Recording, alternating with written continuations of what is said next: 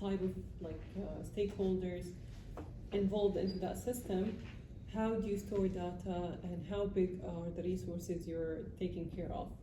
So again, this would decide if this is static web application or dynamic one. Okay. Is my voice clear to you in the back room? You can hear me well? Okay, the mic is not working. Sorry for that. I think Really? maybe just keep checking.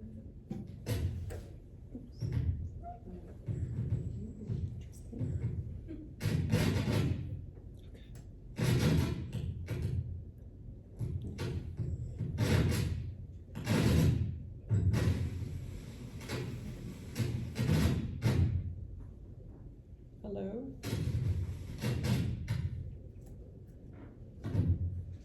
We can hear you. Okay. Well, anyways, if you feel like my voice is not clear, just let me know. And we jumped also to discuss cloud-based applications. We discussed 3 different types: the software as a service, the platform as a service, and also the infrastructure as a service. So if I'm thinking, let's say, of, let's assume we're dealing with Outlook, okay? And Outlook is simply allowing you the feature of booking, let's say, meetings. And whenever it is time, usually you receive these notifications telling you, okay, your meeting is starting in 15 minutes. How is that happening? So your application is actually contacting another application, which is Calendar, right? So you can think of Calendar now as another software as a service, right? And this helps pushing notifications back to your system. Same for Snapchat that we discussed last time. It uses the feature of GPS or Google Maps, exactly. So these are all softwares entirely working standalone, but also they can be part of another software infrastructure.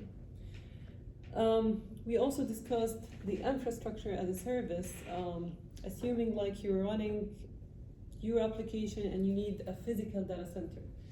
So when you start, let's say, setting up your business, and let's assume you're still a student, you will not actually start having a physical data center, right? You know what is a physical data center? So again, it's a huge space that you need to have, let's say, you need to purchase tools like servers, cooling systems, you need to maintain lots of things, you need to make sure that there are good management, good security, and so on. So for you to have this space available and keep all the services that you have up and running without any shutdowns, and it has to be replicated possibly somewhere else, this is overcost. That's why people can start using a whole infrastructure to start dealing with their own applications. One nice example on this could be the way you host Windows over a virtual box. Have any of you tried it before? Like you run Macintosh and then the possibility of having Windows on your own machines? No? Okay, then I think you will try this in operating system course. 3rd year it is. Anyway, so we agreed this is simply using, building, and then hosting, right? That's how we can categorize these 3. And we also gave some relevant example to each of these layers. So in general, we can look into the cloud infrastructure as an application that you can partially use as online or offline, depending on the service you're requesting. But in general, it keeps track of management of storage and security as you need. Now, comparing both, we can categorize this in main points. So how the internet actually works, how the security works, how the technology utilized, how the cost is working, availability, how's the storage, and so on. So when dealing with cloud applications, we can either work with them offline or online, while with web, it needs to be connected to internet resource all the time. Security, again, you have very good security here and there, and despite the claims that there is a very strong level of security achieved by cloud applications, especially for sensitive information, I would actually claim a lot that this is not true. But again, case studies can tell you a lot. That's why you might see lots of governmental, let's say, services that are not heavily relying on cloud. Security is sometimes an issue, and when putting people the sensitive information over there, you can't really guarantee that there is no third party getting access to it. So I would claim that this is not the case much, but this is what they usually claim. Technology, of course, here we will need a back end, and many JavaScript frameworks can be involved. And here with web, you can use languages similar to PHP or let's say .NET technology, in addition to a database platform similar to, for example, PHP-MyAdmin. Okay, so cost again is another point of negotiation. So here we can say that this is expensive and this is cheap, but if you look into the long term, I would say. For example, if you have the budget to, let's say, set up an entire data center to buy all these servers, machines, of course, depending on how big are the services you are introducing. For now, here, for example, as Al Faisal, we are having, what is it called? Okay, I would say a small room that's half the space of this classroom here. And it's enough to have all the servers, all the services up and running. With bigger organizations, you might need to use bigger spaces. Have you ever seen Google data centers, like how they look like?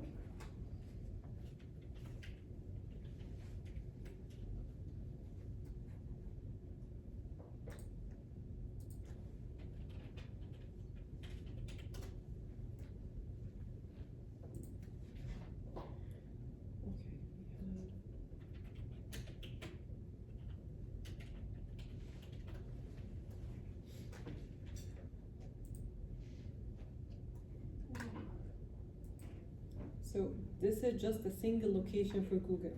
Just see how it looks like.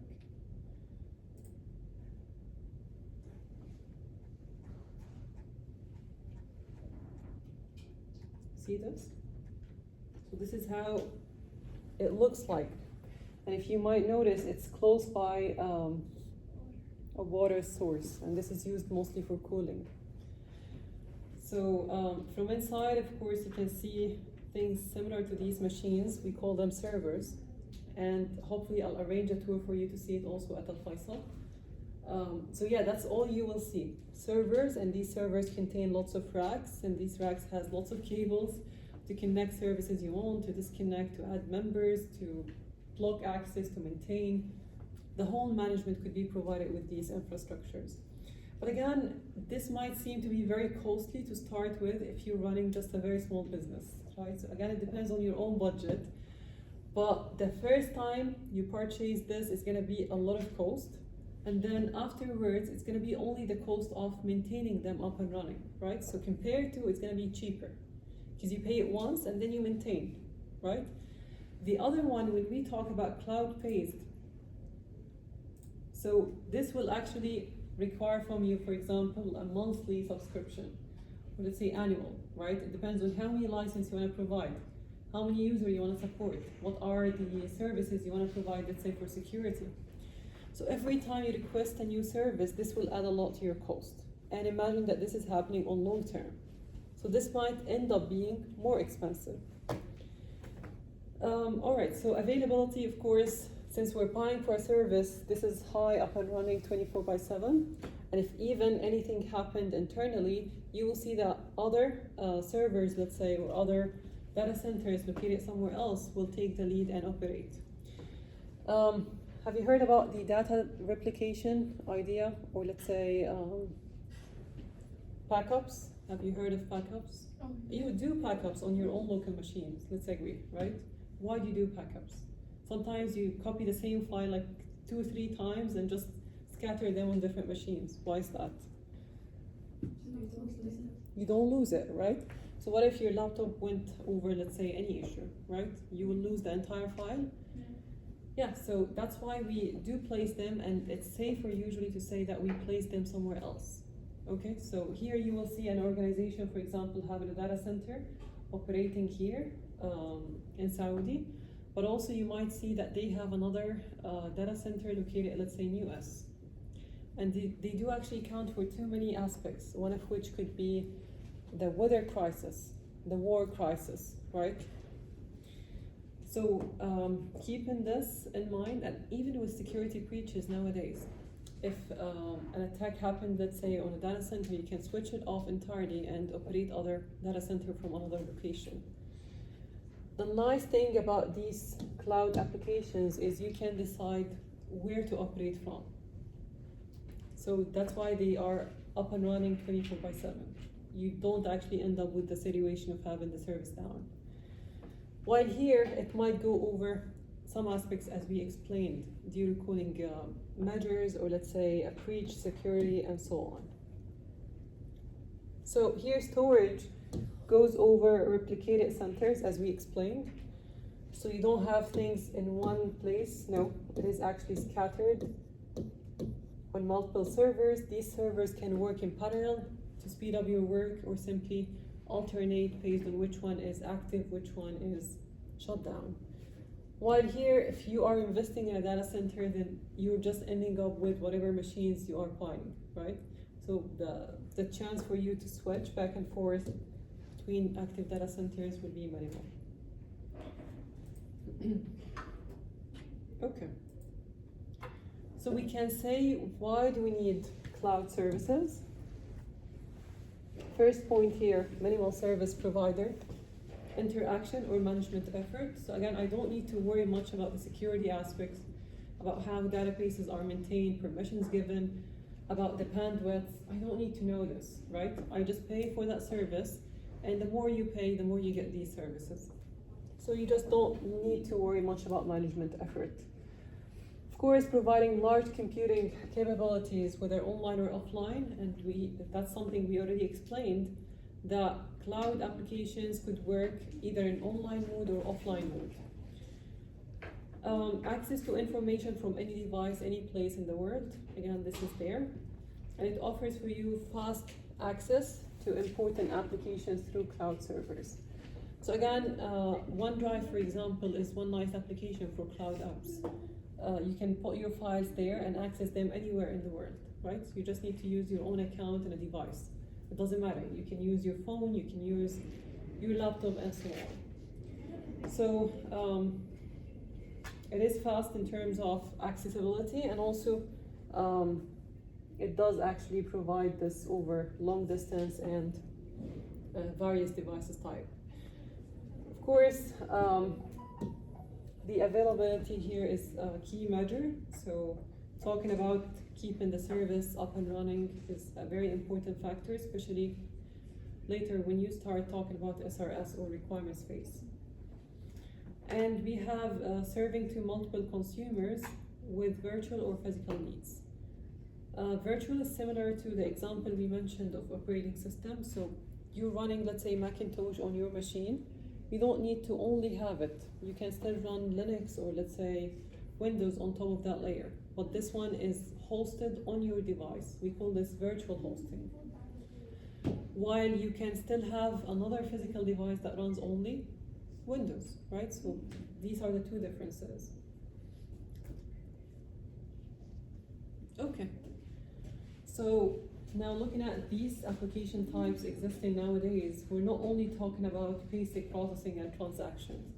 We're talking about advanced computation, and this can involve lots of AI aspects. For example, what are these applications that you use on daily basis other than ChatGPT that require the use of AI? Where do you see AI? Instagram has AI. Instagram? Where? In which feature? When you're trying to search for something, Nice. it basically has this AI ability for Very you good. to provide you some things. I forgot what it was, but there's this particular service that helps you. Excellent, excellent. Meta Google's AI. Gemini. Yeah. Google's Gemini. Google Gemini, yes. TikTok, where? Some videos now are made of AI. Very nice. By So, using CapCut. Use CapCut. very good, okay. Yes. Instead, if you wanna remove something from your photo, you can use it. Nice, nice, very good. Excellent. Yes, Dipsy. excellent. GitHub. GitHub, well done. Okay, so you will see lots of applications actually utilizing AI differently, some of which will depend on interaction with the user, like you have to input your own query, it has to be analyzed, and then a response will be generated, let's say, through LLM. Or you will see things that are more interactive, let's say when it comes to multimedia, like images, videos, and the way they are enhanced and modified. So in general, we can talk about AI for an entire age, but we can summarize this briefly into a few points that are interesting to know. For example, we can classify this big umbrella of AI into one sector of machine learning, another one that's called NLP, or natural language processing. We have deep learning and other stuff. Who can tell me what's machine learning? Yes? Binary numbers, okay. Okay, machine learning, not machine language. Okay. Yes? Is it the one that the machine reads and adapts using? Nice. Yes? I was going to say simulating human thought patterns or language. Excellent, very good. All right, so let me show you something. So I have, let's say, let's assume I'm having a file, let's call it CSV. You know CSV files, right? Okay. So this could be something similar to an Excel sheet, okay? And inside this you have a table, let's say, that stores medical records. So I'm assuming that I'm having 1,000, let's say, record of patients, and I keep track of their vitals, including, let's say, the blood pressure, I don't know, their glucose rate, and so on, okay? Now, how can I start working with machine learning? So there is one phase that you need to start with as a step number one. We call this data. Anyone knows? Huh? Pre-processing. What do we mean by data pre-processing? Look at the level of data that you have. You can classify it into one of two types. Either structured data or unstructured data. Who can tell me the difference between both of them?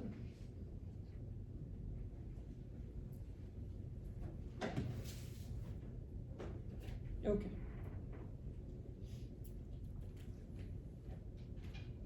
You can tell me what's structured data?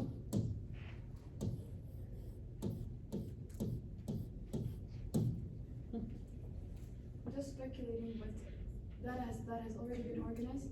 Nice, very good. Data that you can see patterns for, right? So we can say this is text. We can say this is number, right? So we can look into it as tables of rows and columns, and these tables are simply storing raw data that can be manipulated further, okay? When we think of unstructured data, what comes to your mind? Unorganized. Scattered. What do you mean? What do you mean scattered, not organized? What do you mean? Numbers that are all over the place and not cohesive. Nice. So things that are hard to keep track of their own patterns? Like what? But let me give you some examples, okay? ECG, you know it? What's the ECG? Cartridge. Huh? Waves, right? Can you see a clear pattern for it? No. So that's why we call this unstructured data, and it differs from one person to another. Nice. Audio, how would you also look at audio signals? Again, this is unstructured. How would you stream a video? How would you be able to analyze these videos and give me a conclusion, let's say, afterwards? So nowadays, like you upload a picture, let's say, to ChatGPT, and you can tell him, okay, I don't know, answer this question, right? Or solve this code, yeah? So this is part of image processing. But again, it works on a level of unstructured data. Because again, every image has its own level of signals. And it has its own level of pixels. You know what's pixel? The smallest unit that builds up the entire picture for you. Okay, so these are all different types, but let me give you something that you deal with every day. So when you type a new post on any social media account, LinkedIn or X or Instagram, or even on ChatGPT when you enter a query, is this structured or unstructured data? Unstructured. Why is that? Because you can ask about anything. I can ask about anything. I can even type typos, right? I can even type abbreviations. I can miss some of the key characters, let's say apostrophe or I don't know, at or whatsoever. I would assume that the AI will know it, right? Or people who are reading this post will understand. I can claim that I'm saying something, but I mean something else. I can joke, right? So these are all sort of unstructured data. Only human can understand, but also we try to train the machine to learn and understand the patterns accordingly. So pre-processing is that step of identifying the type of your data, being able to clean these data, and for example, if I'm having some noisy data, I can remove it. So again, not everything you analyze is needed. Yeah? So you can be analyzing an audio file and there is a pack-in noise. We don't need it. We need to extract this. Could be the case that I'm analyzing tweets, any corpus, okay? And in that case, you just need to remove keywords that you're not interested in. You want to see people feedback on a given topic, right? So you will start taking and analyzing these keywords whenever you meet. You want to analyze people's emotions. You want to know if these people are happy, they're sad, based on what they type, right? What will you look for? Keywords. Like what? Like congrats, for example. This is happiness, right? When I say I'm glad I do, right? So these keywords will be what the corpus is searching for. You will analyze, you will extract these keywords, and then put them into something we know as dictionary. Once this dictionary is there, you can move on with the training phase. So training phase now is like when I say I'm splitting my data into 70-30 approach. 70% out of my data will be considered training data. Again, dealing with AI in general is like you deal with a dumb child. You don't assume like they know anything. You need to train them the smallest and smallest parts of how to think. So I can say, for example, I'm having a young child that I'm trying to let him understand the difference between cats and dogs. Very simple, right? Is it enough to show him a picture for dog, a picture for cat, and they will learn? No. Why? You have to explain it so much. You have to explain, you have to show hundreds and hundreds of these pictures, right? And then they can differentiate. So these images can, for example, provide multiple features to you. You can see it, let's say, from upper side. You can see it from a profile side, right? You can still tell this is a cat, this is a dog. You can see it different types, you can see it different colors, and so on. So the more you feed it with data and information, the better the learning of this machine will be. So training is now ready, okay? And it's able to extract these features that we can use to be able to either classify or cluster. What is the difference between these terms? So when I say I'm classifying you, yeah. It means like categorizing. Categorizing, very good. When I say I have, for example, A students, A minus students, B students, B plus student, and so on. These are categories, right? Based on grades, right? When I say I have females and males, again, these are classes, yeah? When I say I have first year, which are freshmen, I have sophomores, I have juniors, and I have seniors. These are all classes, so we call this classification. It has very clear rules, you just need to apply. But when I say I can't find something very common between people and I try to extract these features myself, Like for example, now I can see, I don't know, 20, 30 people here in that classroom. Okay? I can just ask you a random question. Who likes tea? Hands up. Okay, nice. Who likes coffee? Hands up. Who likes both tea and coffee? Nice. Did you see the difference? Now these we call them clusters. Okay? Being able to know the most of the information about these groups of people, or group of information, without you actually go through the classification phase. So you try to get people closest to the nearest group that they can fit in. Okay? So I can tell you, okay, people who like tea can work together. People who like coffee can work together, right?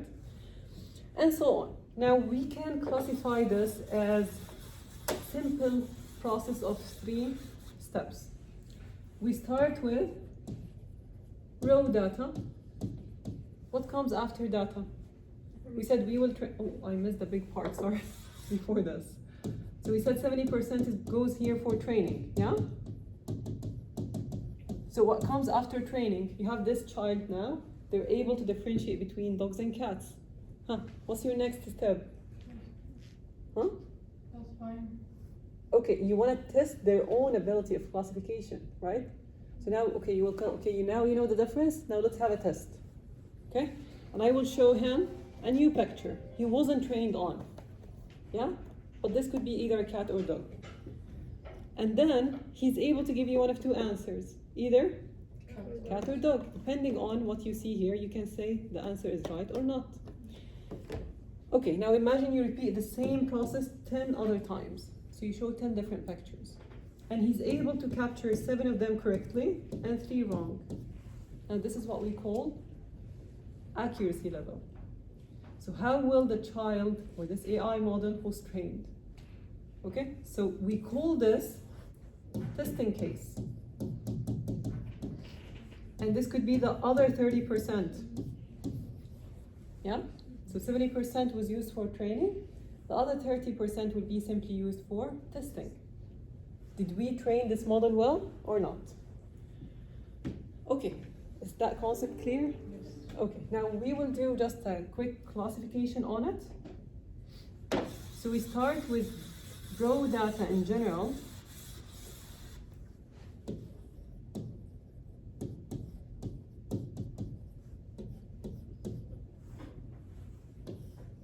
Moving towards, Training.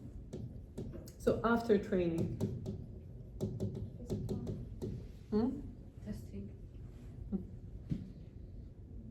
Specifying.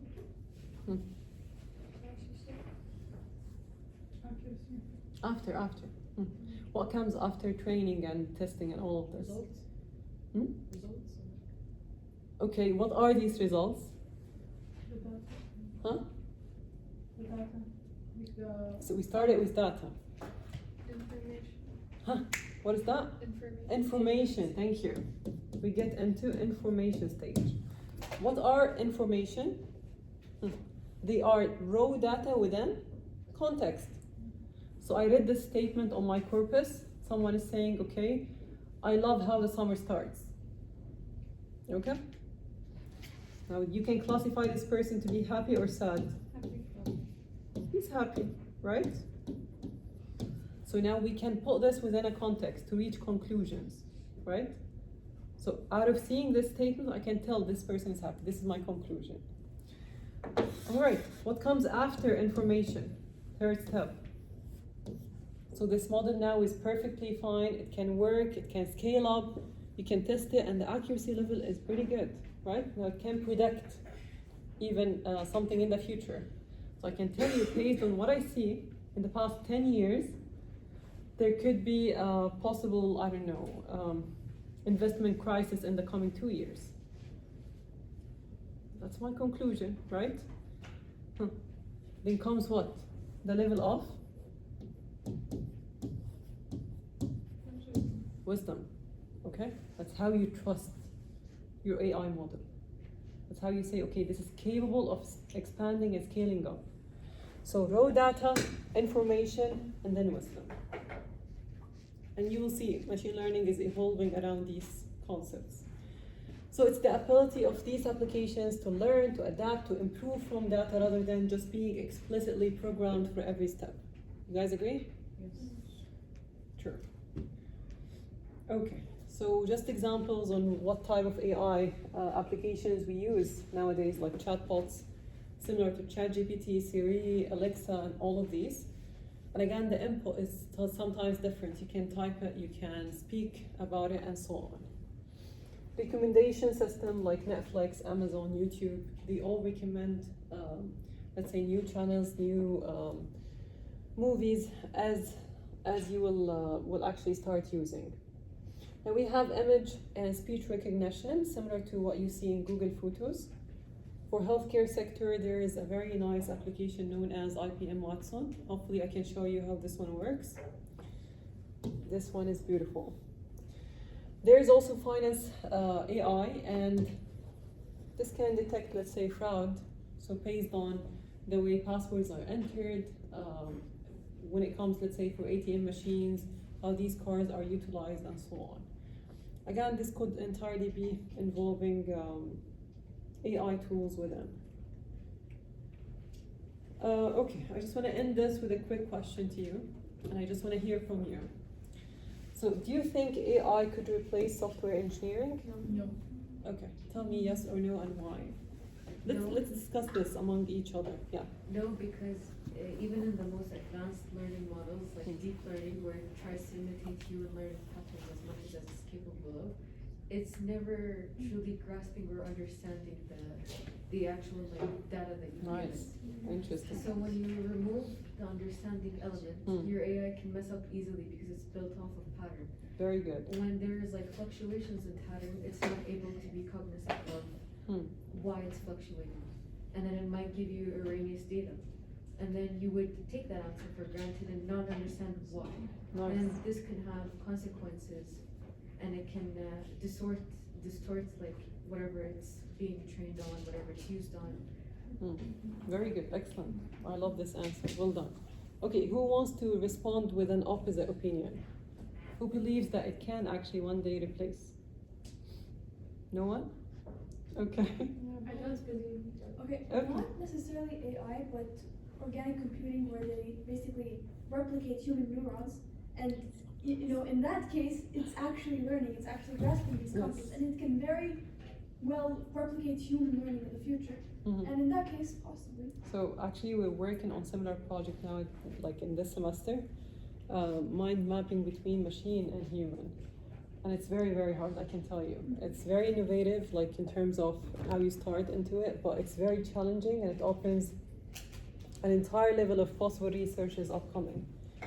Okay, what else? Who can respond to her? Okay.